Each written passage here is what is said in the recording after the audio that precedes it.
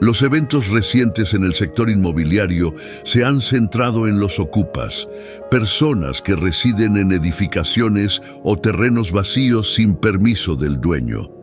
USA Today informa que en Maryland, una mujer regresó de vacaciones para encontrar a 2 ocupas en su cama, quienes no solo vivían en su casa, sino que también habían vendido muebles suyos por valor de aproximadamente $50,000.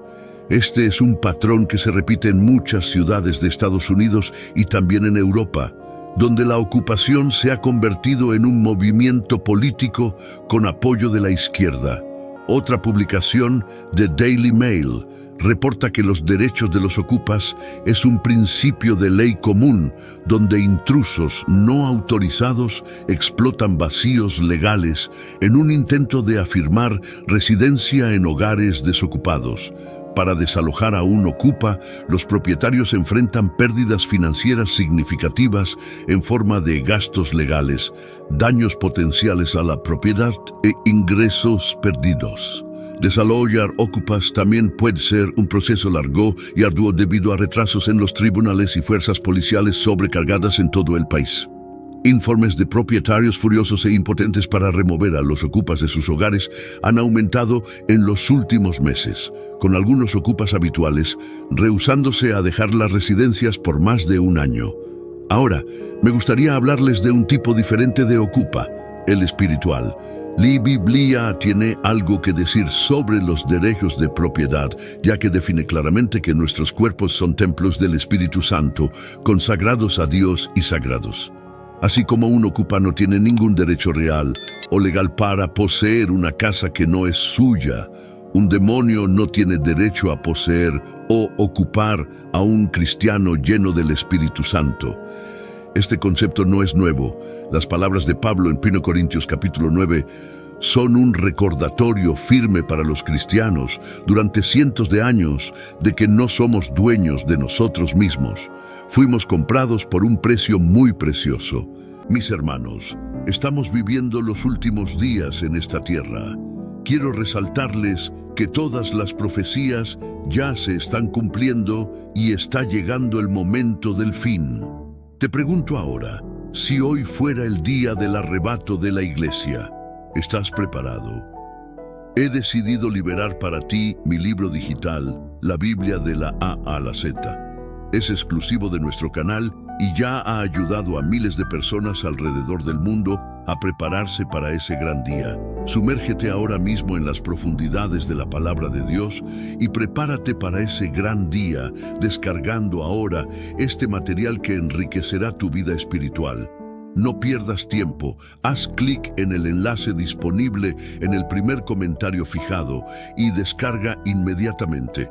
Las unidades son limitadas, por lo tanto, es crucial actuar ahora para asegurar que el acceso a este poderoso material, hazlo ahora antes de que las unidades se agoten. La vida de Cristo Jesús.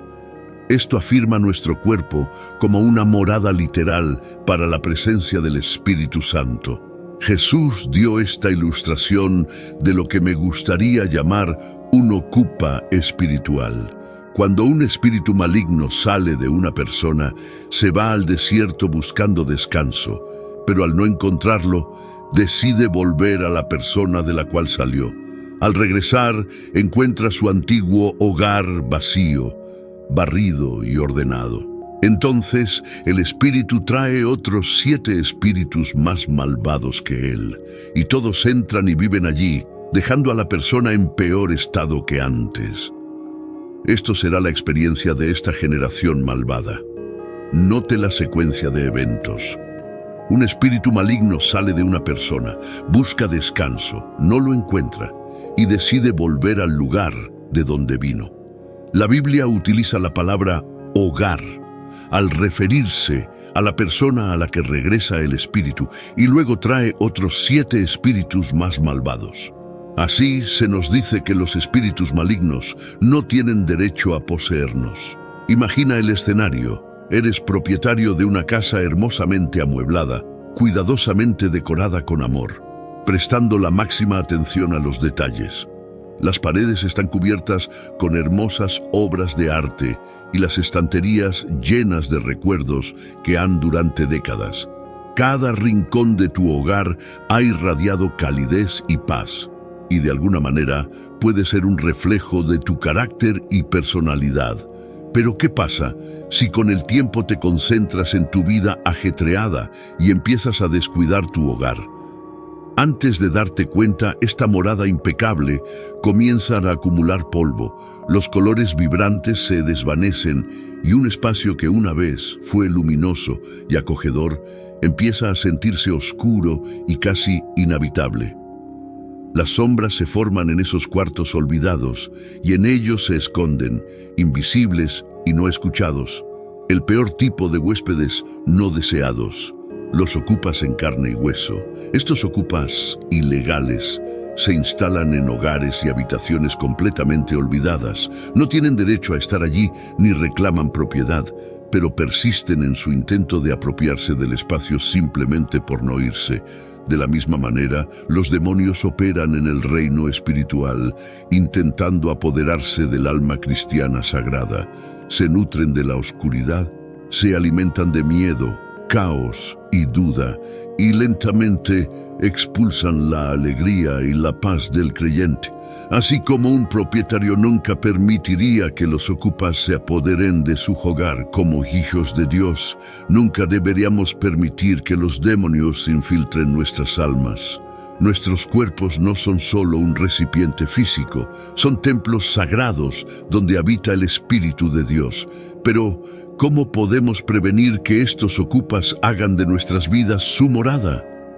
Primero, debemos recordar que estamos llamados a proteger nuestras mentes y corazones contra el enemigo y todos sus perversos planes. Es crucial permanecer vigilantes en nuestra fe, firmes pase lo que pase.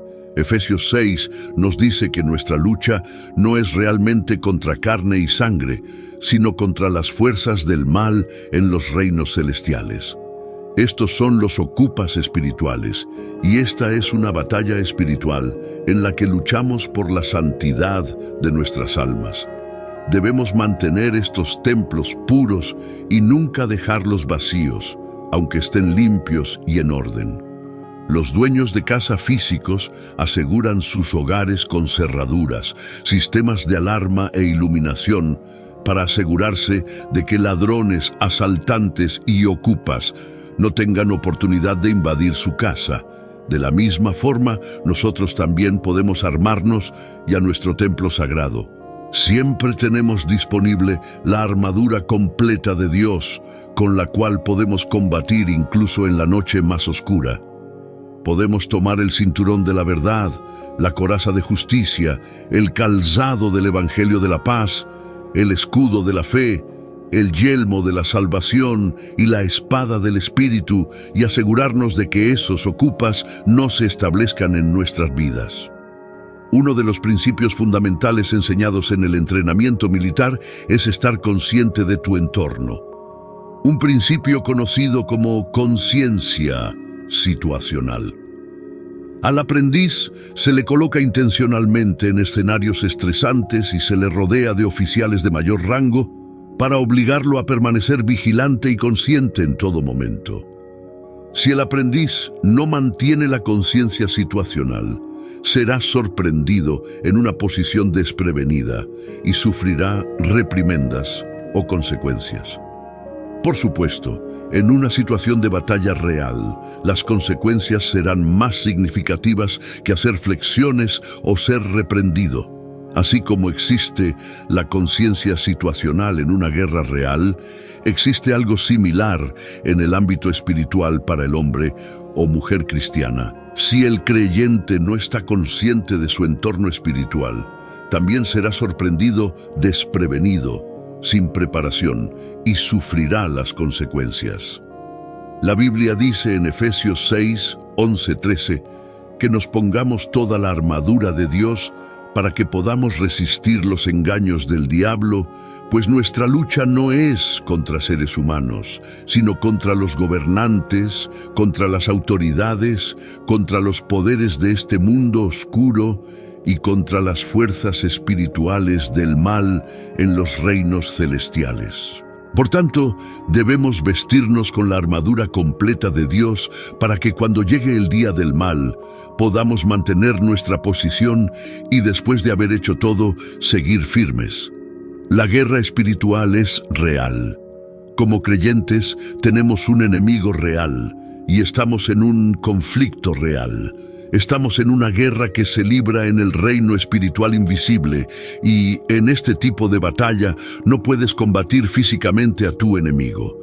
Esto es por lo que el apóstol Pablo escribió que nuestra lucha no es contra la carne y la sangre, no es contra las cosas de este mundo. Como creyente, no estás luchando contra personas, no solo estás luchando contra circunstancias, estás luchando contra el espíritu detrás de la persona y el diablo detrás de la situación.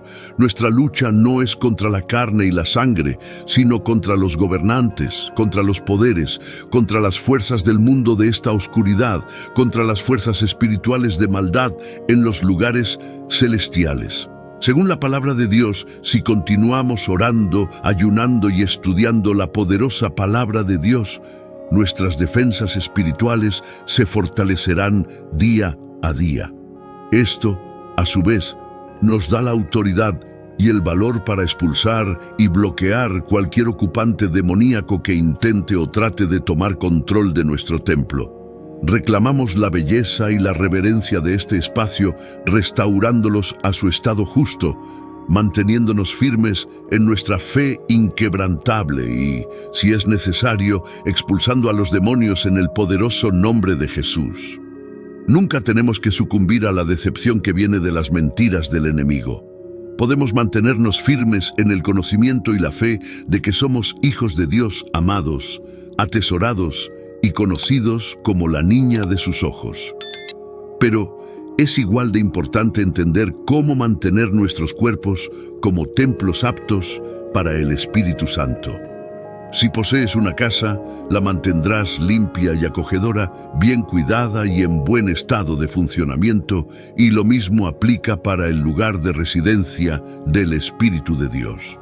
Una de las mejores formas de proteger nuestro templo es invirtiendo continuamente en nuestras vidas espirituales. Invierte en tu relación con el Señor. Al nutrir esta relación, creamos y fortalecemos la barrera contra las fuerzas de la oscuridad que quieren ocupar nuestras vidas. Al mismo tiempo, ofrecemos al Espíritu Santo un santuario brillante, limpio y bien cuidado, donde Él puede ayudarnos a mantener alejadas a las entidades demoníacas que quieren vivir allí a toda costa. Siempre debemos recordar que nunca estamos solos en esta batalla particular, porque Dios siempre está con nosotros. La vida está llena de desafíos y a veces rendirse parece una opción genuina, pero no lo es. Podemos superar cualquier obstáculo y mantener una morada espiritual siempre acogedora para el Espíritu Santo, mientras trabajamos para mantenernos libres de cualquier huésped no invitado. Siempre seamos conscientes de lo sagrado que es que nuestros cuerpos sean los templos del Espíritu Santo y tratarlos con el respeto y la reverencia que merecen.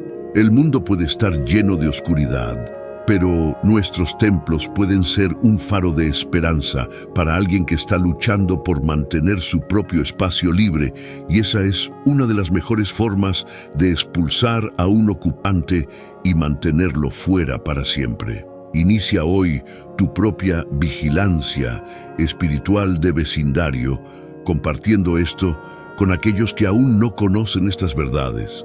¿Alguna vez has notado que la gente puede reunirse en una multitud, pero aún así tener diferentes agendas? En una sala llena de gente encontrarás personas con diferentes problemas, diferentes motivos e intenciones. En una multitud de personas protestando, encontrarás a aquellos que realmente están luchando por una causa específica, y entre esas personas habrá algunas que están en la multitud simplemente por curiosidad, y otras que vienen para observar y reportar. Otros vienen porque buscan la emoción de iniciar algo. En general, siempre que veas una multitud, no todos en esa multitud están allí por la razón correcta o de hecho por las mismas razones que todos los demás. Y lo cierto es que cada vez que una multitud se reúne alrededor de Jesús, encontrarás a personas que vinieron simplemente para ver qué tipo de milagro realizará hoy, como si fuera un espectáculo. Tendrás a personas que vienen porque creen y quieren escuchar las enseñanzas del hombre de Nazaret, y entre esas personas, en la multitud encontrarás a una mujer que tenía un flujo de sangre. Encontrarás a un hombre llamado Bartimeo. Encontrarás a los fariseos. El punto que estoy ilustrando aquí es que incluso en una multitud que seguía a Jesús, había quienes necesitaban sanación, otros buscaban fallos en él para acusarlo, y algunos solo querían verlo y escuchar sus enseñanzas. Sin embargo, hay ocasiones en que las multitudes provocan actividad demoníaca. Esto resalta la importancia de tener una relación personal con Jesucristo para ser sensibles en el espíritu y discernir, porque incluso una multitud reunida por Jesús puede atraer espíritus impuros. La Biblia dice en Marcos 1:21 que entraron en Capernaum y de inmediato en sábado Jesús comenzó a enseñar en la sinagoga. Observa el hecho de que, mientras Jesús enseñaba, tenía una multitud y un público atento. Pero aquí es donde se pone interesante. Marcos 1:23-24 relata que había en su sinagoga un hombre con un espíritu impuro que gritó: ¿Qué tienes que ver con nosotros, Jesús de Nazaret? ¿Has venido a destruirnos? Sé quién eres, el Santo de Dios. Pero Jesús lo reprendió diciendo: Cállate y sal de él. Así que, mientras estaban en la iglesia y la gente escuchaba la palabra de Dios, un hombre poseído por un demonio entró. Piensa en cuántas personas están oprimidas por demonios, aunque estén en la iglesia. Ahora, antes de señalar algunas cosas sobre este tipo de demonio, vamos a leer más detenidamente el intercambio entre Jesús y este espíritu impuro en Marcos 1:23-25. Inmediatamente había en la sinagoga un hombre con un espíritu impuro que gritó: ¿Qué tienes que ver con nosotros, Jesús de Nazaret? ¿Has venido a destruirnos? Sé quién eres, el Santo de Dios. Pero Jesús lo reprendió diciendo: Cállate y sal de él. Nótese que este era un demonio atrevido, un demonio audaz. Tuvo la osadía de entrar en la iglesia, confrontar casi con enojo a Jesús y preguntarle si había venido a destruirlos. Y santos de Dios, a veces el diablo puede tener la osadía de probarte. El diablo puede saber que has orado y ayunado por tus hijos y aún así lanzar un ataque contra ellos solo para probarte. El diablo puede tener la osadía de esperarte en la iglesia y enviar a alguien para decir un comentario que te hiera, todo para que no escuches el evangelio, como este demonio que se acercó a Jesús mientras enseñaba en la sinagoga. El diablo puede esperar que pienses que estás en un lugar de fortaleza y luego confrontarte. ¿Realmente crees en este Jesús del que hablas? ¿Realmente crees que esta montaña frente a ti se moverá? ¿Realmente piensas que puedes vivir una vida completamente libre de miedo? Así que cuando Jesús fue confrontado por este espíritu impuro, la Biblia dice que Jesús lo reprendió diciendo: Cállate y sal de él. Jesús habló con poder, con audacia y autoridad. Ahora, si alguna vez nos encontramos en una situación en la que seamos confrontados por el enemigo, nuestras palabras solas no tienen poder. Nuestro nombre solo no tiene peso en el ámbito espiritual. Pero ten en cuenta que antes de que el espíritu impuro en la sinagoga fuera expulsado por el Señor, en Marcos 1:24, ese demonio dijo: ¿Qué tienes que ver con nosotros, Jesús de Nazaret? Has venido a destruirnos. Sé quién eres, el Santo de Dios. Sabía quién era Jesús, conocía su autoridad, sabía que Jesucristo podía. Derek Prince describe a los demonios como personas sin cuerpos. Afirmó que tienen personalidades reales y distintivas, lo que tiene sentido si alguna vez has leído el libro de Lucas en el capítulo 8. En Lucas 8:30 y 31, la Biblia dice que Jesús le preguntó a un hombre poseído por demonios: ¿cuál es tu nombre? Y él respondió: Legión, porque muchos demonios habían entrado en él. Y le rogaban a Jesús repetidamente que no los enviara al abismo. Una legión romana consta de 6.000 hombres, así que este hombre afirmaba tener 6.000 demonios dentro de él. Esto es evidente porque estaba oprimido de la peor manera. La Biblia indica que vivía en los sepulcros, lo que significa que los demonios lo habían aislado. Estaba alejado de la sociedad, alejado de los vivos y de sus seres queridos. Quiero que notes algo sobre la opresión demoníaca. Al diablo le encanta aislar a las personas, acorralarlas y dejarlas solas sin apoyo, porque todos somos más vulnerables cuando estamos solos. Necesitamos a personas que oren con nosotros. Necesitamos a cristianos creyentes en la Biblia, con quienes compartir para que podamos animarnos mutuamente en Cristo, pero a los demonios les disgusta esto, y por eso separaron a este hombre de cualquiera que pudiera estar con él o rezar con él. Este hombre poseído también estaba en un estado de suciedad y desaseo. Estaba desnudo, sin hogar y vagando. La Biblia dice en Marcos 5:3-5 que vivía entre los sepulcros y nadie podía atarlo, ni siquiera con cadenas, porque a menudo había sido sujetado con grilletes y cadenas. Pero desgarraba las cadenas y rompía los grilletes en pedazos. Nadie tenía la fuerza para someterlo. Día y noche, entre los sepulcros y en los montes, siempre estaba gritando y cortándose con piedras. La gente intentaba atarlo con cadenas, pero ni siquiera éstas podían retenerlo bajo tal influencia demoníaca. Pero, amigo mío, déjame decirte que una palabra de Jesucristo liberó a ese hombre de ese estado demoníaco. Un encuentro con Jesucristo, y este hombre fue liberado. Solo tomó una reunión con el Rey de Reyes y el Señor de Señores para que este hombre fuera restaurado. Lo que amo de Jesucristo es que, independientemente del estado en que te encuentres, no hay persona en esta tierra que esté abandonada por Dios. Este hombre tenía una legión de demonios, 6.000 demonios. Estaba poseído en todo el sentido de la palabra, pero aún así Jesucristo no lo abandonó.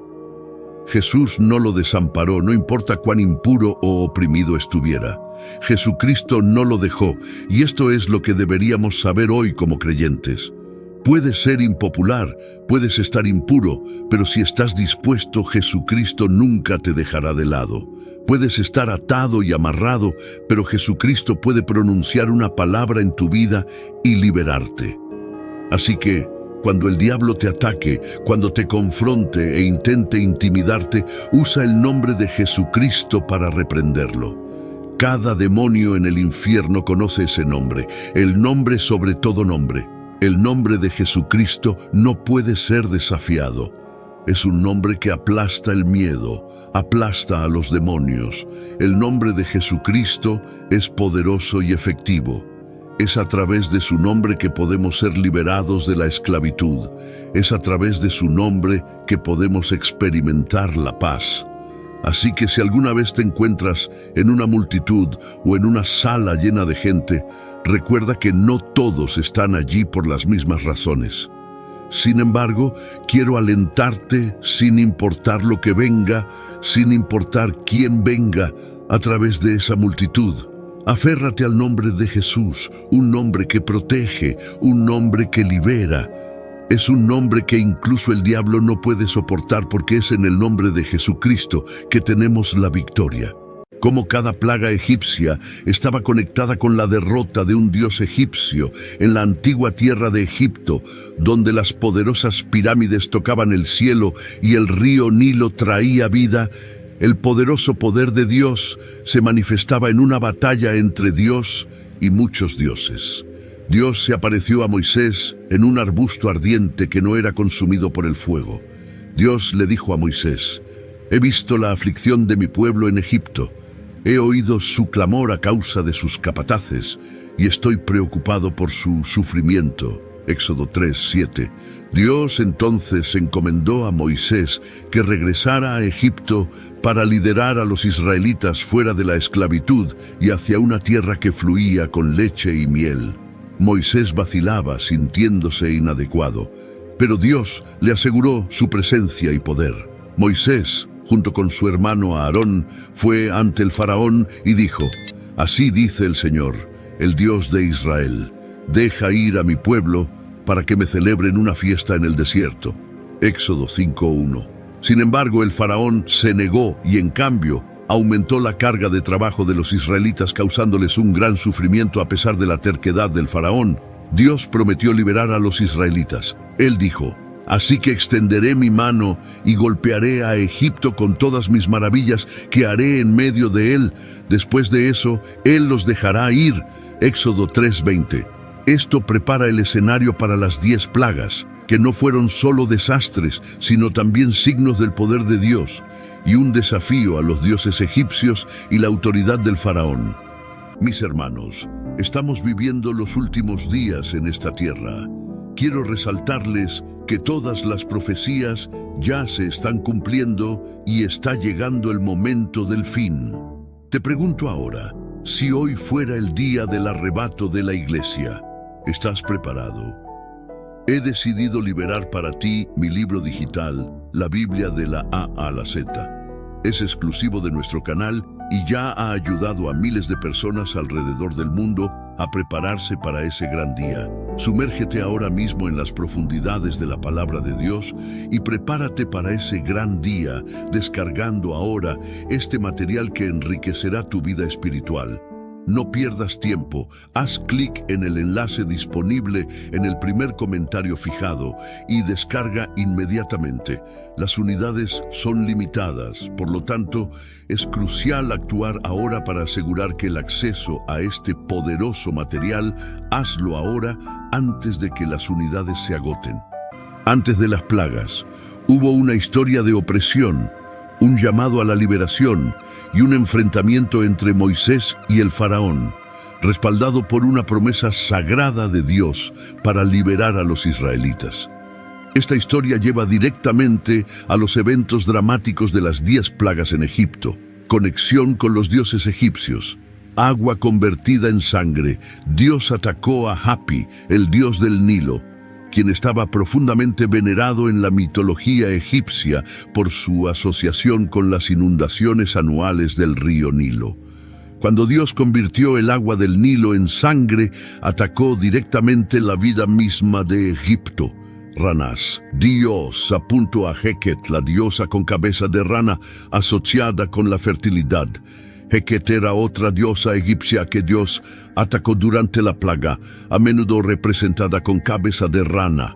Se la consideraba la diosa de la fertilidad y su culto estaba vinculado a la concepción y el parto.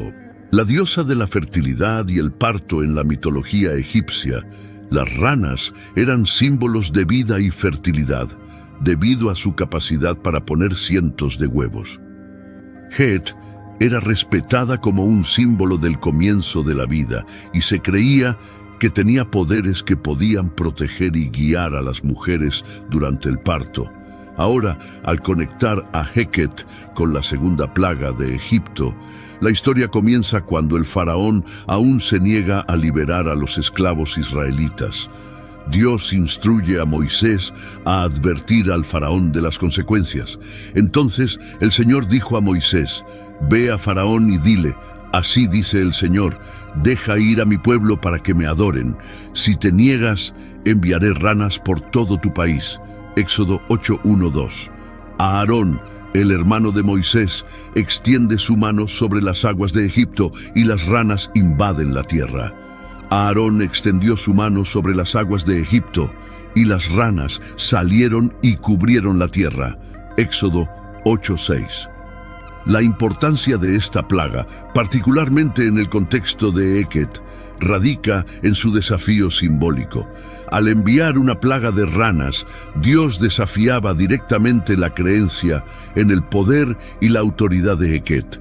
Los egipcios, que veían a las ranas como símbolos de fertilidad y bendiciones bajo el patrocinio de Heket, ahora se veían abrumados por estas mismas criaturas, convirtiéndose en una maldición al cubrir su tierra, entrar en sus hogares y perturbar sus vidas. La plaga demostró que el Dios de Israel tenía poder sobre los símbolos mismos de vida y fertilidad a los que los egipcios miraban con admiración.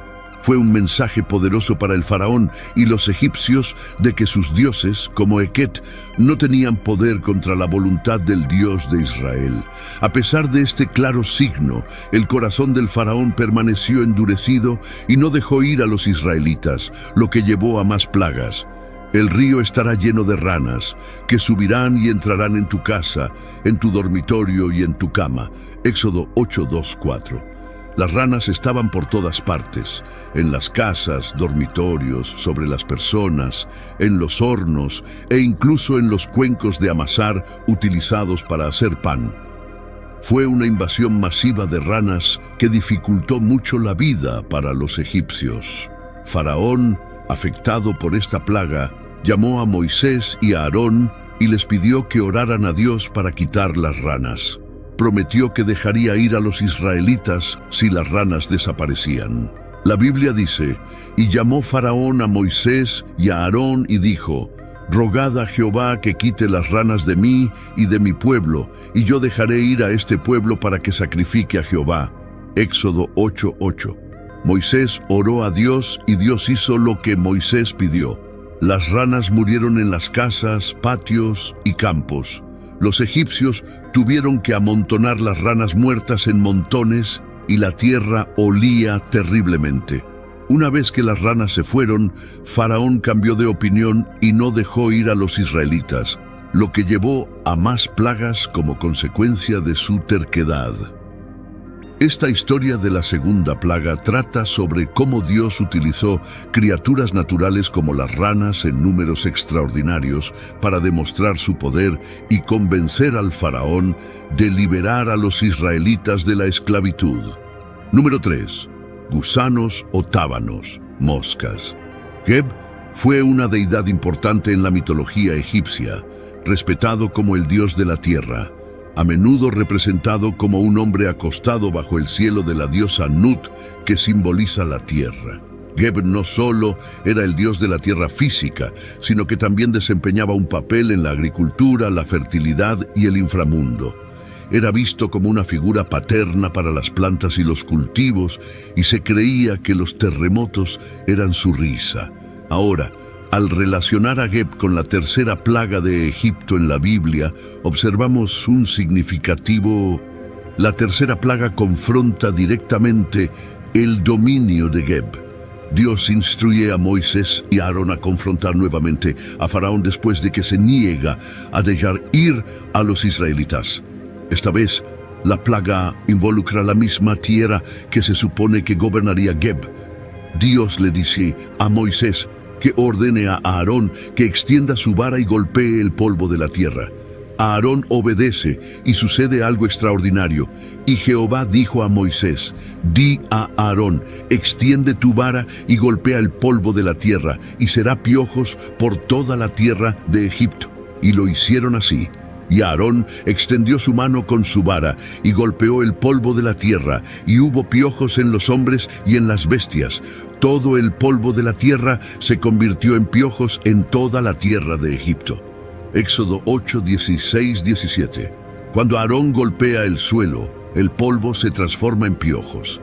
Este cambio repentino de polvo a insectos, enjambre, es un desafío directo a Geb. Muestra que el Dios de Israel tiene poder sobre la tierra, que es el dominio de Geb, convirtiéndola en una fuente de malestar en lugar de vida y crecimiento. Los magos egipcios, que pudieron imitar las plagas anteriores, intentaron producir piojos por sí mismos, pero fallaron. Al darse cuenta de la magnitud de lo que ha sucedido, le dicen a Faraón, esto es el dedo de Dios. Éxodo 8:19. Sin embargo, el corazón de Faraón permanece endurecido y no hace caso ni a sus palabras, ni al signo de poder del Dios de Israel. Esta tercera plaga es significativa porque no es solo una demostración del poder de Dios sobre el mundo natural, sino también una derrota simbólica de Geb, el dios egipcio de la tierra. La incapacidad de los magos egipcios para replicar esta plaga enfatiza aún más el poder único y supremo del Dios de Israel. La plaga de los piojos es más que una molestia, es una demostración del poder de Dios, mostrando que Él controla incluso los elementos más pequeños de la creación. Los egipcios, que adoraban a muchos dioses, están viendo que sus dioses son impotentes contra el Dios de Israel. Número 4. Moscas. Khepri es un antiguo dios egipcio, a menudo asociado con la creación, el movimiento del sol y el renacimiento. Su nombre está vinculado a la palabra egipcia Ker, que significa desarrollarse o venir a ser. Khepri generalmente se representa como un escarabajo o como un hombre con un escarabajo en la cabeza, simbolizando la creación y el renacimiento en la mitología egipcia. Los escarabajos peloteros enrollan heces en bolas, de las cuales emergen, simbolizando nueva vida y regeneración. Se creía que Khepri rodaba el sol por el cielo cada día, expresando la idea del sol naciente y la renovación cada mañana. Ahora, al relacionar a Khepri con la cuarta plaga de Egipto, que describe la Biblia en el libro de Éxodo, involucra un enjambre de moscas. Esta plaga ocurrió después de que Faraón nuevamente se negara a dejar ir al pueblo israelita. La historia comienza con Dios instruyendo a Moisés a levantarse temprano por la mañana, enfrentarse a Faraón y advertirle sobre la próxima plaga. Entonces Jehová dijo a Moisés: «Levántate de mañana y ponte delante de Faraón. He aquí, él sale al agua, y dile: Jehová dice así: deja ir a mi pueblo para que me sirva. Si no dejares ir a mi pueblo, he aquí, yo enviaré sobre ti, sobre tus siervos, sobre tu pueblo y sobre tus casas toda clase de moscas. Y las casas de los egipcios se llenarán de multitud de moscas, y también la tierra donde estén». Éxodo 8, 20, 21. A diferencia de las plagas anteriores, donde los israelitas en la tierra de Gosén también sufrieron, esta vez Dios hace una distinción. La tierra de Gosén, donde viven los israelitas, mañana este signo se manifestará como una plaga de moscas, un desafío directo al dios egipcio Khepri. Enviando una plaga de moscas, Dios muestra su poder sobre Khepri, el dios de la creación y el renacimiento simbolizado por el escarabajo. El enjambre de moscas, una plaga y una molestia, contrasta fuertemente con el venerado escarabajo, socavando el poder y la autoridad de Khepri ante los ojos de los egipcios. A pesar de la gravedad de la plaga, el corazón del faraón permanece endurecido y continúa negándose a dejar ir al pueblo israelita. Entonces Dios hizo lo que dijo que haría: envió una gran cantidad de moscas por todo Egipto. Estas moscas estaban por todas partes, en las casas, sobre las personas y por toda la tierra. Fue terrible para los egipcios, pero curiosamente, en la región donde vivían los israelitas en Gosén no había moscas en absoluto, lo que mostraba que Dios estaba protegiendo a su pueblo. Faraón, preocupado por esta plaga, llamó a Moisés y a Aarón y les dijo que sacrificaran a su Dios allí en la tierra. Éxodo 8:25. Pero Moisés dijo que no era correcto hacerlo en Egipto, así que Faraón accedió a dejar que los israelitas fueran al desierto para ofrecer sacrificios a su Dios. Sin embargo, pidió a Moisés que orara primero para que las moscas fueran retiradas. Moisés oró a Dios y Dios retiró las moscas de Egipto. Pero una vez que las moscas desaparecieron, Faraón cambió de opinión nuevamente y no dejó ir a los israelitas. Esta historia de la Biblia muestra cómo Dios intentaba ayudar a los israelitas y demostrar su poder a los egipcios, mientras que Faraón seguía resistiendo. Quinta plaga: muerte del ganado. Dios apuntó a Hathor, la diosa del amor y la protección, a menudo representada como una vaca. Hathor es una deidad importante en la mitología egipcia, conocida como la diosa del amor, la belleza, la música y la protección. Era una mujer con cabeza de vaca o una mujer con un tocado de cuernos de vaca y un disco solar. Esta imagen simboliza la fertilidad, la maternidad y los aspectos de la naturaleza que nutren. Hathor era respetada no solo como una diosa protectora, sino también como una que representaba la alegría y el amor femenino. También estaba asociada con el más allá, proporcionando orientación y protección a las almas que ingresaban al próximo mundo. Relacionar a Hathor con la quinta plaga de Egipto, como se menciona en la Biblia, nos brinda una comprensión más profunda del simbolismo detrás de este evento. En esta etapa de la historia, Dios continúa exigiendo a través de Moisés que Faraón libere a los israelitas de la esclavitud. Cuando Faraón se niega, Dios advierte de una consecuencia grave, una plaga que afectará específicamente al ganado de Egipto. Dios causa una enfermedad grave que afecta a todo el ganado de los egipcios, incluidos caballos, burros, camellos, vacas, ovejas y cabras. Todos mueren a causa de la enfermedad. He aquí la mano del Señor será sobre tu ganado que está en el campo, sobre los caballos, sobre los asnos, sobre los camellos, sobre los bueyes y sobre las ovejas, una plaga muy grave. Y el Señor distinguirá entre el ganado de Israel y el ganado de Egipto, y nada morirá de todo lo que es de los hijos de Israel. Éxodo 9:3-6. La muerte del ganado fue un golpe significativo para la economía y la vida diaria de Egipto, ya que estos animales eran esenciales para el trabajo, el transporte y los procesos agrícolas. Apuntar simbólicamente al ganado fue un desafío directo a Hathor, la diosa vaca, mostrando la supremacía del Dios de Israel sobre las deidades egipcias.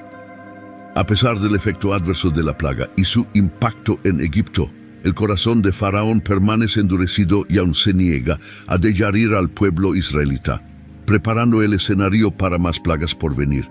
En este contexto, la quinta plaga no es solo una calamidad física, sino también un acto simbólico que demuestra la impotencia de los dioses egipcios como Hathor frente al poder del Dios de Israel.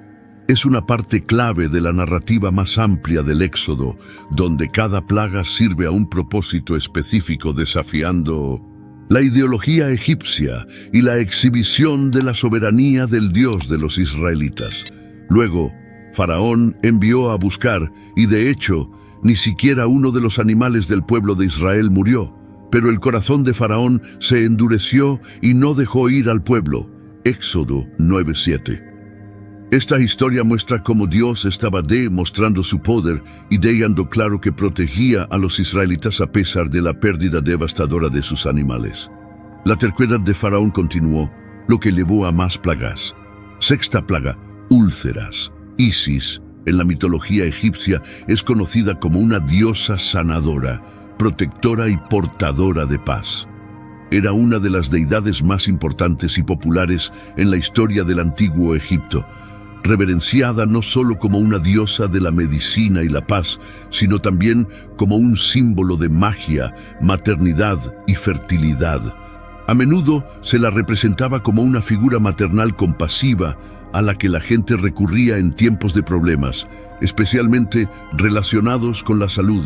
En cuanto a la sexta plaga de Egipto, se relata en el libro del Éxodo, capítulo 9, 8-10. Sucede después de que Faraón continúa negándose a dejar que los israelitas abandonen Egipto. Dios instruyó a Moisés y a Aarón a tomar ceniza de un horno, y Moisés debía arrojarla al aire mientras Faraón observaba. La ceniza se convierte en polvo fino sobre la tierra de Egipto y provoca la aparición de úlceras intensas en personas y animales en todo el país. Éxodo 9:10. Esta plaga es significativa por varias razones. En primer lugar, desafía directamente a los dioses egipcios de la salud y la curación, incluida Isis, venerada como diosa de la medicina. La incapacidad de los dioses egipcios para proteger al pueblo de esta plaga demostró aún más el poder del Dios de Israel. En segundo lugar, es notable que incluso los magos egipcios, que habían intentado replicar plagas anteriores, fueron afectados por las úlceras y no pudieron mantenerse frente a Moisés debido a ellas, como se menciona en Éxodo 9:11. A pesar de esta terrible plaga, el corazón de Faraón permaneció endurecido y aún se negó a liberar a los israelitas. Esto formaba parte del plan de Dios para mostrar su poder y dar a conocer su nombre en Egipto. La sexta plaga, al igual que las demás, sirve para ilustrar el poder de Dios y la futilidad de oponerse a su voluntad, así como el desafío específico a los dioses egipcios, incluida Isis en su papel como sanadora. Séptima plaga, granizo. Nut es una figura clave en la mitología egipcia, conocida como la diosa del cielo. A menudo se la representa como una mujer arqueándose sobre la tierra, simbolizando el cielo. Nut es considerada la madre del sol, la luna y las estrellas, encarnando literalmente los cielos. Se creía que su cuerpo creaba una barrera protectora sobre la tierra y cada mañana daba a luz al sol, que luego viajaba a lo largo de su cuerpo durante el día antes de ser tragado al atardecer y renacer al día siguiente. Esta imagen refleja la comprensión egipcia del ciclo día y noche. Nut también era vista como una figura materna para varios otros dioses en la mitología egipcia, incluidos Osiris, Isis y Neftis. Su papel como madre, tanto de los cuerpos celestiales como de deidades importantes, enfatiza su importancia en el panteón egipcio. Introduciendo la séptima plaga de Egipto en el contexto de Nut, se describe en el libro del Éxodo, capítulo 9, 18-26. Dios le dice a Moisés que extienda su mano hacia el cielo para que caiga granizo sobre Egipto, afectando a personas, animales y plantas. Antes de que ocurriera esta plaga, Dios advirtió a Faraón a través de Moisés sobre lo que sucedería si no dejaba ir a los israelitas. Este pasaje dice: «He aquí mañana, a esta misma hora, haré llover granizo muy pesado, como no ha habido en Egipto desde el día de su fundación hasta ahora». Éxodo 9:18. Cuando Moisés extendió su vara, el Señor envió truenos, granizo y fuego a la tierra. Las piedras de granizo destrozaron Egipto, destruyendo cultivos, ganado e incluso a personas. La peculiaridad de esta plaga es que el granizo se mezcló con fuego, lo que habría sido especialmente aterrador y considerado como un signo de la ira divina. Y hubo granizo y fuego mezclado con el granizo, muy grave, cual no hubo en todo el país de Egipto desde que fue habitado por nación. Éxodo 9:24. Esta plaga es significativa porque enfrenta directamente a Nut, la diosa del cielo. Al controlar el clima hasta un grado catastrófico, Dios demuestra su poder sobre el dominio de Nut, mostrando que es más poderoso que las deidades egipcias. Solo la tierra de Goshen, donde vivían los israelitas, estaba a salvo de esta tormenta de granizo. La tormenta de granizo, un fenómeno meteorológico inusual y severo para Egipto, sirve como un poderoso símbolo de este desafío divino. Después de ver la devastación, Faraón llamó a Moisés y a Aarón, admitiendo que había pecado y que el Señor tenía razón. Les pidió que rezaran a Dios para detener el granizo y que dejaría ir a los israelitas. Moisés estuvo de acuerdo, pero una vez que la tormenta cesó, Faraón cambió de opinión y mantuvo a los israelitas en esclavitud. La séptima plaga, como las demás, está destinada a mostrarle a Faraón y a los egipcios que el Dios de los israelitas es supremo. A pesar de la devastación de la plaga, el corazón de Faraón permanece endurecido, lo que lleva a más plagas y sufrimientos. Esta narrativa subraya el tema del poder divino y el juicio que atraviesa la historia del Éxodo. Número 8. Langostas. Set, también conocido como Set, es una figura significativa en la mitología egipcia. Era el dios de las tormentas, el desorden, la violencia y los extranjeros. Set a menudo se representaba como una criatura con una cabeza misteriosa, a veces interpretada como un avar o un burro, o como una composición de varios animales. Su carácter es complejo, ya que estaba asociado con el caos, y a menudo se lo veía como un antagonista, especialmente en sus conflictos con el dios Horus. Set también desempeñaba un papel protector, era considerado el señor del desierto y se invocaba por su fuerza en las batallas y para defender al dios Sol-Ra del serpiente Apophis durante su viaje nocturno. En el contexto de las plagas bíblicas en Egipto, la asociación de Set con las tormentas es particularmente relevante cuando presentamos la octava plaga. La octava plaga, como se narra en la Biblia en el libro del Éxodo, involucró a una gran plaga de langostas. Dios le dijo a Moisés que fuera a Faraón y le advirtiera sobre la próxima plaga. Moisés le dijo a Faraón: ¿hasta cuándo te negarás a humillarte delante de mí? Deja ir a mi pueblo para que me adoren. Éxodo 10:3. Moisés advirtió que si Faraón no dejaba ir a los israelitas, Dios enviaría una plaga de langostas que cubriría la tierra. Estas langostas se comerían todo lo que quedara después de las plagas anteriores, incluidos cultivos y árboles. Los funcionarios de Faraón, viendo el daño de las plagas anteriores, aconsejaron a Faraón que dejara ir a los israelitas, pero Faraón solo accedió a dejar ir a los hombres. Moisés y Aarón rechazaron esta oferta porque Dios había instruido que todos, incluidos niños, mujeres y animales, debían irse. Dios le dijo a Moisés que fuera a Faraón y realizara milagros, ya que Dios había endurecido el corazón de Faraón para demostrar su poder y para que los israelitas contaran a sus hijos y nietos sobre los milagros de Dios en Egipto. Como Faraón no aceptó los términos de Dios, Dios le dijo a Moisés que extendiera su mano sobre Egipto.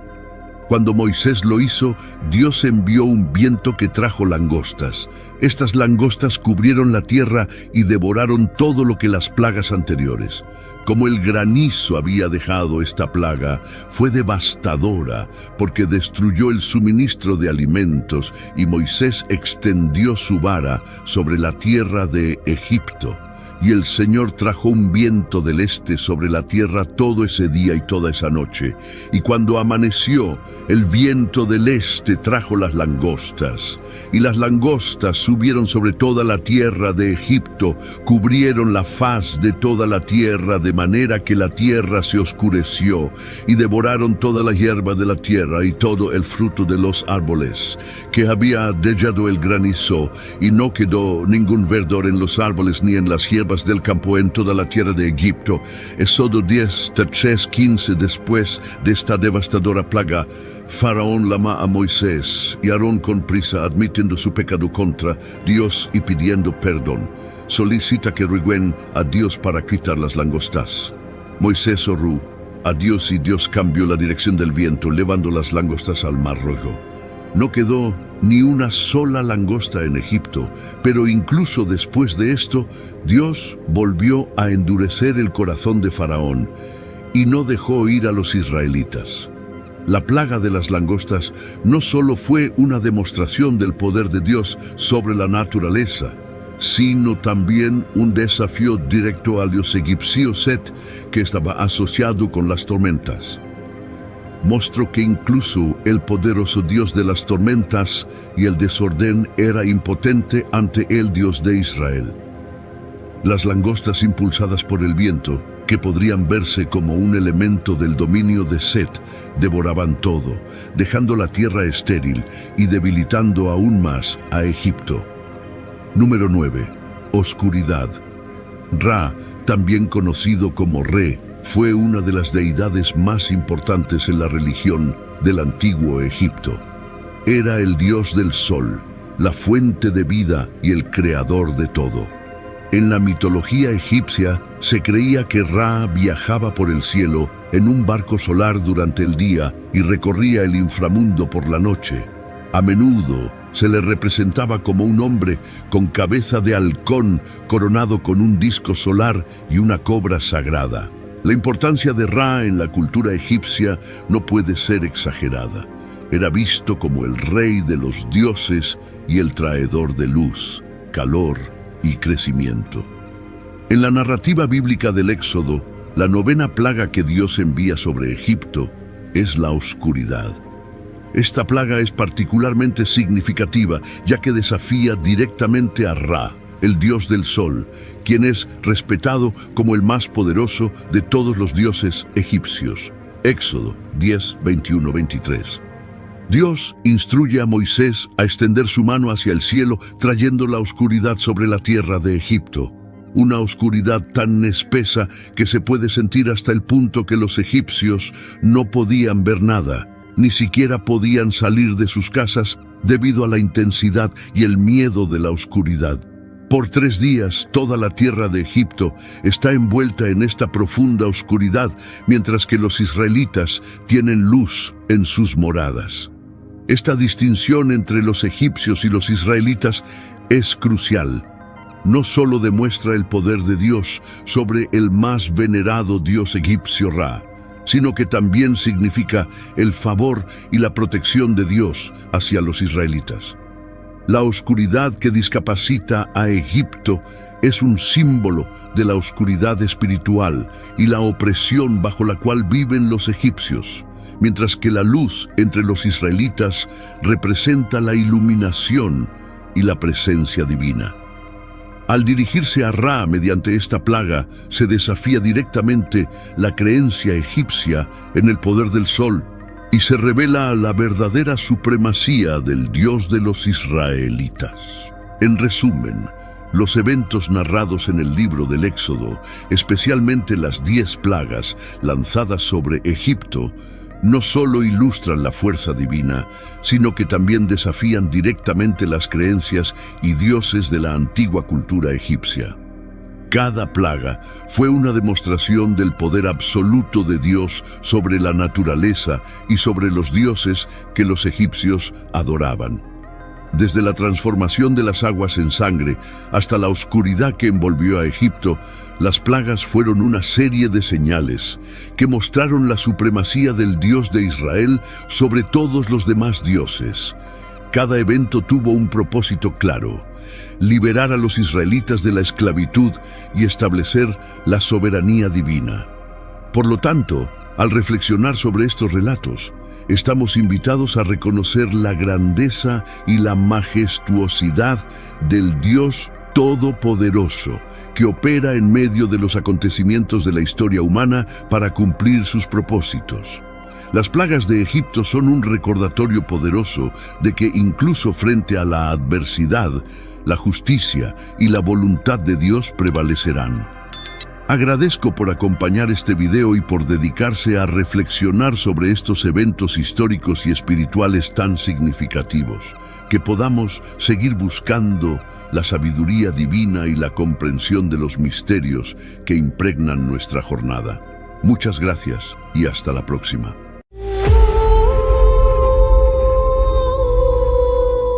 Una de las profecías más extraordinarias encontradas en la Biblia se detalla en los capítulos 38 y 39 de Ezequiel, conocidos como los capítulos de Gog y Magog. Estos pasajes delinean una previsión intrigante y compleja que describe una invasión proveniente del norte de Israel, avanzando como una tormenta y cubriendo el territorio como una nube densa y oscura. En este escenario cataclísmico, parece que la destrucción está a punto de consumirse. Sin embargo, contra todas las expectativas, Dios interviene en el último momento.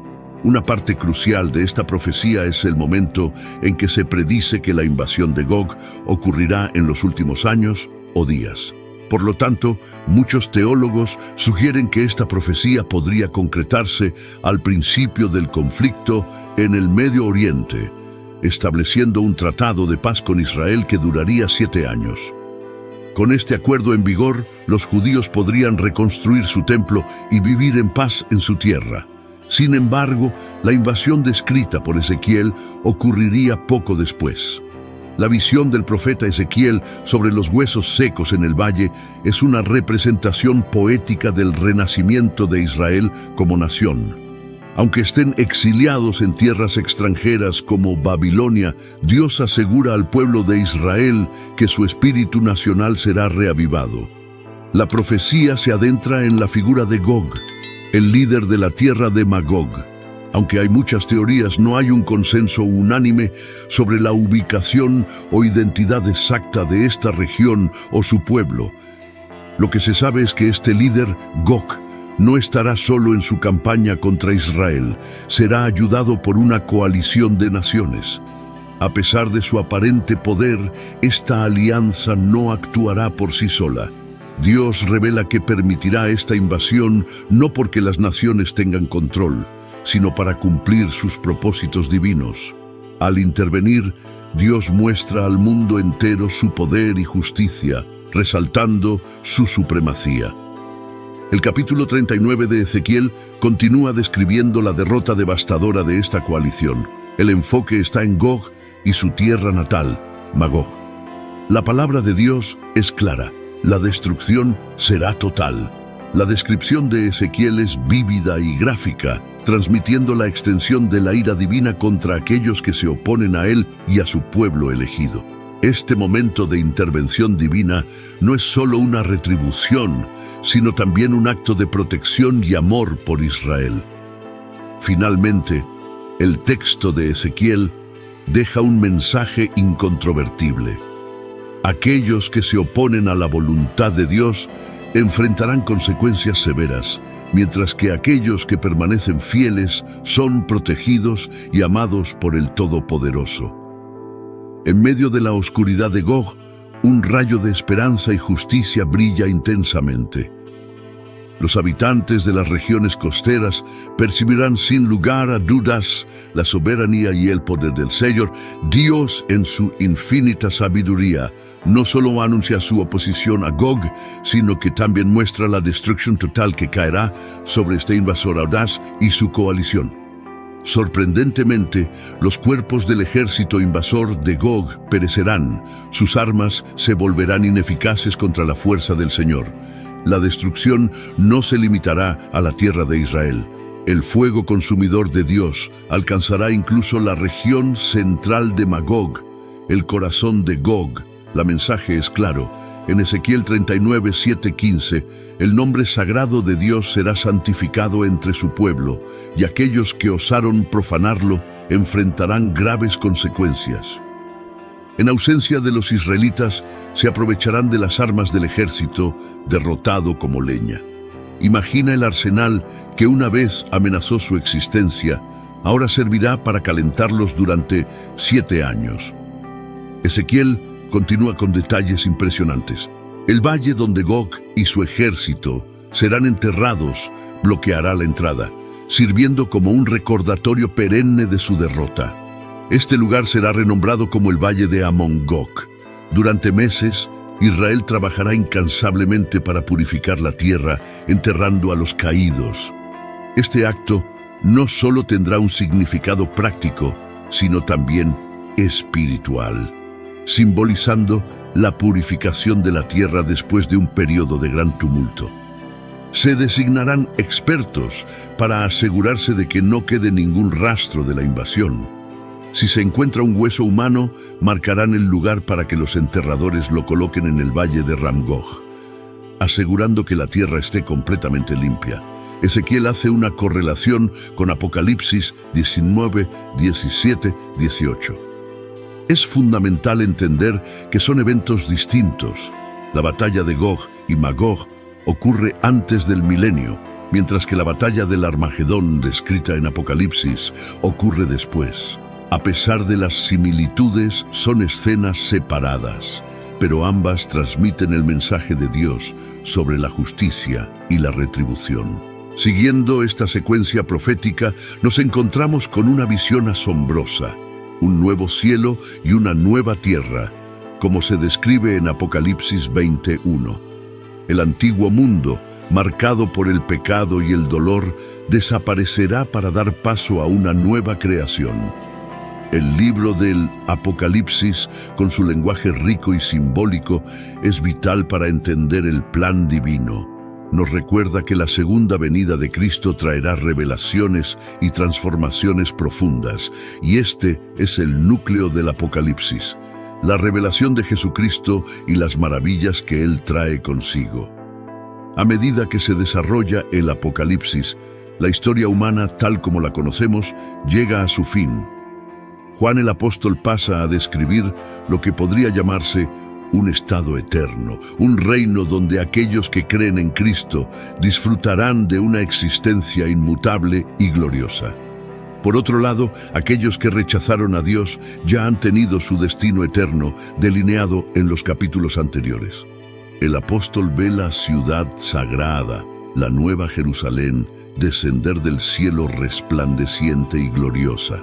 Esta visión está cargada de simbolismo, indicando la unión definitiva de Dios con la humanidad. La presencia directa de Dios entre su pueblo es uno de los aspectos más reconfortantes de esta revelación. La promesa es un Dios que enjugará todas las lágrimas, un lugar donde la muerte, la tristeza y el dolor serán cosas del pasado. Actualmente Cristo reside en el cielo con las almas de los creyentes que han partido de este mundo. Prometió que prepararía un lugar para sus seguidores y volvería para llevarlos consigo, para que pudieran estar con Él para siempre. Durante el milenio, los seguidores de Dios habitarán en la tierra que conocemos, con Jerusalén como capital. Esta ciudad será reconocida como la Nueva Jerusalén, el corazón de la nueva creación de Dios. Aquí, Dios vivirá entre su pueblo y todas las antiguas penas y tristezas serán olvidadas. Dios, el Ser Supremo y Eterno, proclama su obra restauradora, enfatizando la renovación de todas las cosas. Sus palabras no solo son verdaderas, sino también confiables e incorruptibles. La promesa de que Dios renovará todas las cosas puede parecer increíble, pero asegura que su palabra es fiel y verdadera. Su nueva creación será una fuente inagotable de satisfacción, superando cualquier placer o alegría que conozcamos en este mundo. La sed, un deseo ardiente, será saciada de forma incomparable en la presencia de Dios. Esta satisfacción será tan superior que la mejor experiencia terrenal parecerá insípida en comparación. Todos los redimidos vivirán en la nueva creación, pero aquellos que perseveraron fielmente en su caminar cristiano, los verdaderos vencedores, recibirán recompensas aún mayores. Experimentarán una intimidad aún más profunda con Dios, asemejándose a la relación entre un padre y su hijo. Mientras todos los creyentes se dispersarán por esta nueva creación, el ángel guía a Juan para revelaciones aún más profundas. Esta descripción de la Nueva Jerusalén presenta una imagen deslumbrante de una ciudad irradiando la divina gloria de Dios. Significa un lugar donde la oscuridad es inexistente, un reino de día perpetuo gobernado por la luz divina emanada por Dios y el Cordero. La constante apertura de las puertas de la ciudad significa paz y seguridad continuas, sin amenaza de daño. La aproximación de sus residentes es un símbolo de bienvenida y accesibilidad para todos los justos. Además, los reyes de la tierra, trayendo su gloria y honor a la ciudad, implican que lo mejor de todas las culturas y sociedades será incluido, pero toda impureza quedará fuera. Esta ciudad será un crisol de los redimidos de Dios de todas las tribus, lenguas y naciones, todos viviendo juntos en armonía. Aunque el énfasis en el oro y las piedras preciosas es simbólico del valor divino y la pureza de la ciudad, la ausencia de un templo es particularmente notable. Este detalle refuerza la idea de que la presencia de Dios será tan palpable, directa y no mediada en la Nueva Jerusalén, que no habrá necesidad de un lugar específico de adoración. La descripción de Dios y el Cordero como el templo de la ciudad subraya la relación íntima que los redimidos disfrutarán con lo divino. Ya no habrá barrera o mediador entre Dios y su pueblo. Además, la falta de necesidad de la ciudad por fuentes de luz natural como el sol y la luna destaca el brillo superlativo de la gloria de Dios. Toda la Nueva Jerusalén será permeada con la radiante gloria de Dios, haciendo que cualquier otra fuente de luz palidezca en comparación. En resumen, la Nueva Jerusalén se presenta no solo como un lugar físico, sino como el punto culminante del plan de redención de Dios. Es un lugar donde la humanidad está totalmente reconciliada con su Creador, viviendo en una comunión alegre e interminable con Él.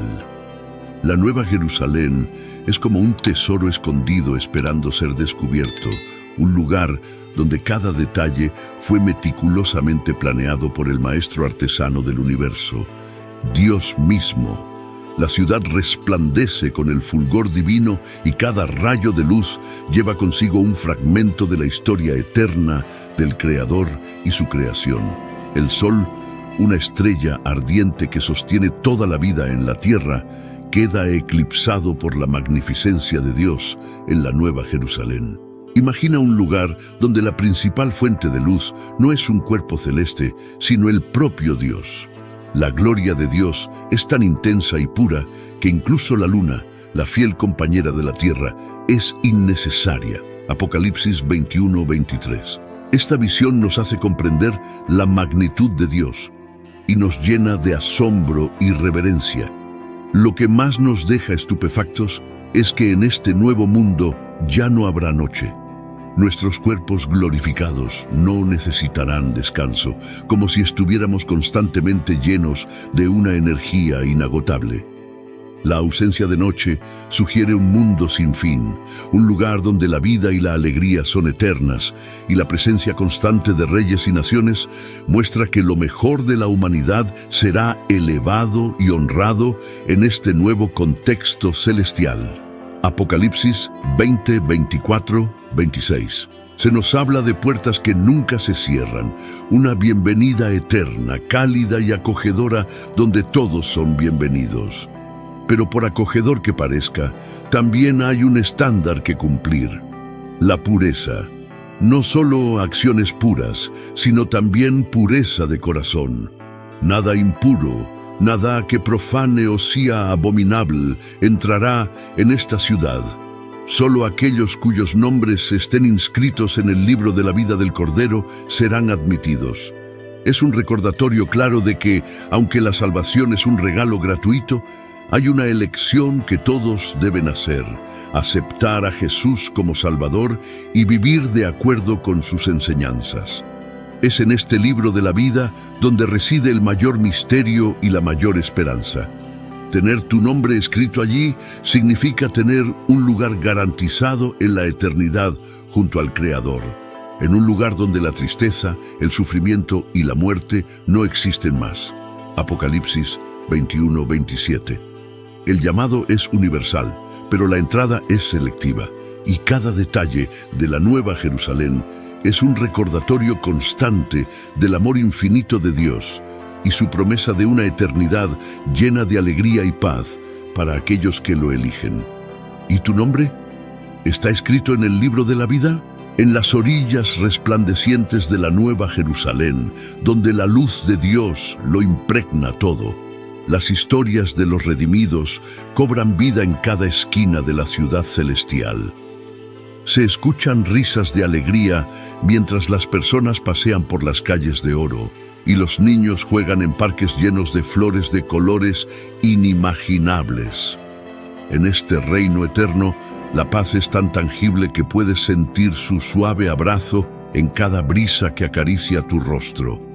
En medio de esta ciudad, un lugar especial ha sido preparado para aquellos cuyos nombres están escritos en el libro de la vida del Cordero. Es un jardín exuberante donde los árboles frutales nunca dejan de dar sus frutos más dulces y las flores nunca dejan de desplegar sus pétalos más fragantes. En este jardín, la gente se reúne para compartir historias de sus vidas pasadas en la tierra, recordando cómo fueron rescatados por el amor incondicional de Dios. Cada día, los redimidos participan en festivales de celebración, donde la música celestial llena el aire y las danzas de luz danzan en las paredes de cristal de la ciudad. En estos momentos de gozo, los habitantes de la Nueva Jerusalén expresan su gratitud eterna por la salvación que les fue otorgada. Sus cánticos de alabanza resuenan en los vastos cielos, llevando consigo una melodía de esperanza y redención. En esta eternidad de dicha, las lágrimas son un recuerdo lejano, y el pasado está envuelto en el amor sanador de Dios. Los ancianos comparten sus sabidurías con los jóvenes, enseñándoles sobre la historia del universo y el amor infinito de Dios. No hay envidia, ni odio, ni temor. Solo existe una comunión perfecta entre Dios y su creación, donde cada alma encuentra su propósito y paz en la presencia del Todopoderoso. En las noches sin noche de la Nueva Jerusalén, la gente se reúne para escuchar cuentos sobre la creación del mundo y los desafíos superados por los héroes de la fe. En estos momentos, las estrellas en el cielo parecen brillar más intensamente, como si estuvieran escuchando las historias con tanto entusiasmo como los oyentes. Pero incluso en esta existencia perfecta, el espíritu de aventura y curiosidad sigue vivo. Los redimidos tienen la libertad de explorar las maravillas de la creación de Dios, desde los rincones más lejanos del cosmos hasta las profundidades insondables de los océanos. Cada descubrimiento es recibido con asombro y asombro, recordando a todos que la grandeza de Dios es insondable e infinita. A medida que los siglos pasan en la Nueva Jerusalén, las almas redimidas continúan creciendo en amor y conocimiento. Cada día es una aventura, cada momento es una oportunidad para conocer más profundamente a Dios y experimentar su amor en nuevas formas. Y así, en esta eternidad de felicidad, las palabras del profeta Isaías cobran vida, porque he aquí que yo crearé nuevos cielos y una nueva tierra, y de lo primero no habrá memoria, ni más vendrá al pensamiento. Isaías 65:17. En la Nueva Jerusalén, el amor de Dios es la luz que guía cada paso, y la esperanza, en su gracia infinita, es el cimiento sobre el cual se construye esta eternidad de dicha. Y así, la historia de la redención encuentra su conclusión en esta ciudad resplandeciente, donde cada alma encuentra su hogar en los brazos amorosos del Creador, y donde la eternidad se despliega en una sinfonía eterna de amor y gratitud. No cálido resplandor de la Nueva Jerusalén, la conclusión de esta historia es una sinfonía eterna de amor, esperanza y redención. En este reino celestial, cada alma encuentra su propósito y paz en la presencia de un Dios amoroso y compasivo. Las lágrimas del pasado son olvidadas y en su lugar florece una eternidad de alegría. La comunión entre Dios y su creación es perfecta y en cada rincón de esta ciudad resplandeciente se cuentan historias de amor, fe y gracia. En esta eternidad de dicha, los redimidos exploran los misterios del cosmos, descubren la belleza de la creación y crecen en amor y conocimiento. Cada día es una nueva aventura, una oportunidad para experimentar la magnificencia de Dios de formas infinitamente creativas. La Nueva Jerusalén se convierte en el hogar eterno de todas las almas redimidas, un lugar donde la tristeza, el sufrimiento y el temor son solo un recuerdo distante. En cada risa, en cada canción, en cada abrazo, se celebra la gracia insondable de Dios. Así, La historia de redención encuentra su conclusión en esta ciudad celestial, donde cada palabra hablada, cada lágrima derramada y cada oración ofrecida se convierten en parte de la obra maestra divina. En este lugar, el amor de Dios es la fuerza que impulsa cada momento, y la esperanza en su gracia infinita es el ancla que sostiene las almas en paz eterna. En el resplandor eterno de la Nueva Jerusalén, la historia de redención se transforma en una melodía eterna, una canción de amor que nunca termina. Y en cada nota, en cada acorde, en cada suspiro de asombro, se revela la grandeza incomprensible del amor de Dios. Así, la eternidad se despliega como un viaje interminable de alegría, amor y gratitud hacia el Creador, donde cada alma encuentra su hogar final y donde la esperanza florece en una floresta eterna de bendiciones divinas.